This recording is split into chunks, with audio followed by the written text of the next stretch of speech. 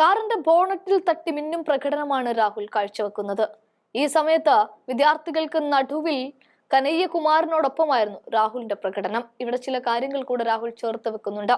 പാർലമെന്റിലെ തകർപ്പൻ പ്രസംഗത്തിന് പിന്നാലെയാണ് രാഹുൽ ഗാന്ധി മോദിയുടെ വടക്കുകിഴക്കൻ കോട്ടയിലേക്ക് നേരെ പോയത്.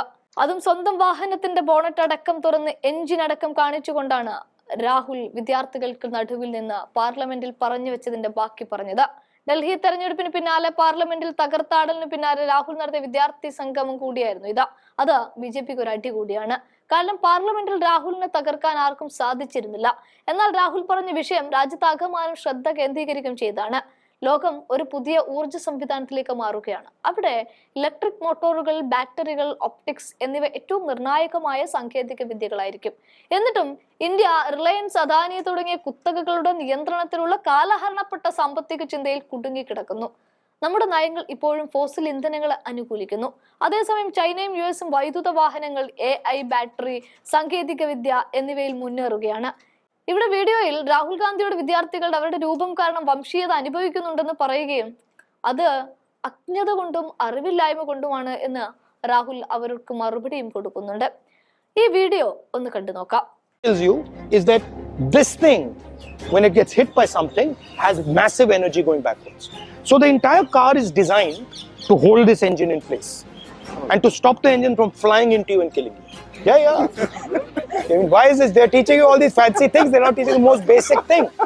There is an explosion taking place inside this engine every time you start it. Oh. Right? So if you start it, it'll start this. Now this is sounding not very loud, but actually this is a 4-cylinder engine. There are 4 cylinders. There's explosions taking place in this. Bar like that. This needs to be 300 kilos to control the explosion. Okay? Now, how does this run?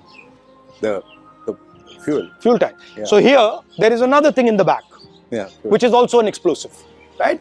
Because if you don't separate that from the guys in the car, and you have an impact, then they're going to either die with this or they're going to die with that. So the entire car is designed to make sure that these two things don't kill the passengers. Now, what happens when you have an electric motor? This centralized power suddenly becomes decentralized, right?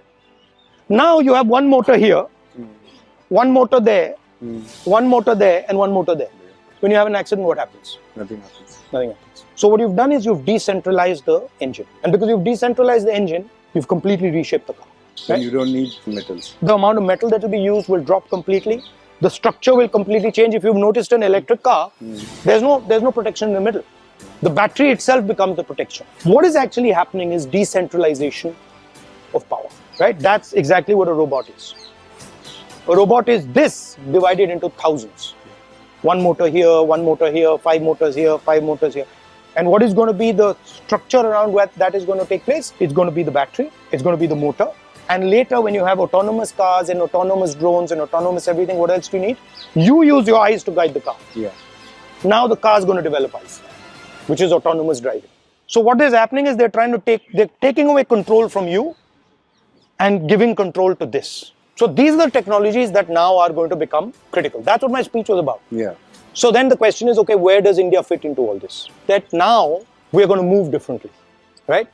So the politics is going to become that, right? So when you're imagining politics, you're saying, okay, so what would it look like if power was suddenly decentralized? What would policy look like? What would violence look like? What would war look like? Everything going to change. See, this is what I meant yesterday in my speech. So what I meant yesterday in my speech said we have to start taking this understanding to universities and colleges. Yeah. What happens? What is the first thing that happens when a paradigm shift takes place? Politically, what happens? Everybody will disagree, I think. No, the first thing that happens is superpowers die, right? So the British power was built on steam. The moment we went to petrol, their entire architecture is built on steam and coal, and suddenly the new architecture is petrol, they die. Today, the United States, the West, and India's architecture is all built on petrol. We're in trouble. We have to quickly now start moving aggressively to that. 1, 2, 1.